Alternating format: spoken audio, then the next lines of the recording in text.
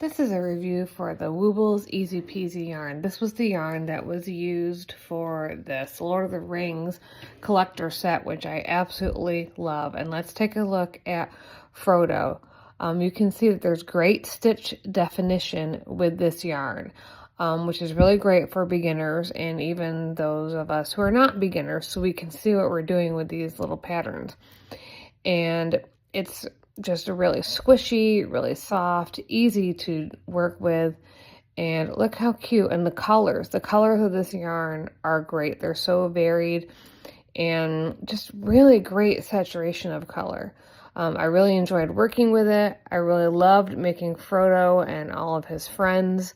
And I do look forward to working with this yarn again in future Woobles kits. They have a new Lord of the Rings one, which I'm probably going to have to get that too. So this is a great yarn for beginners, and I really do highly recommend it.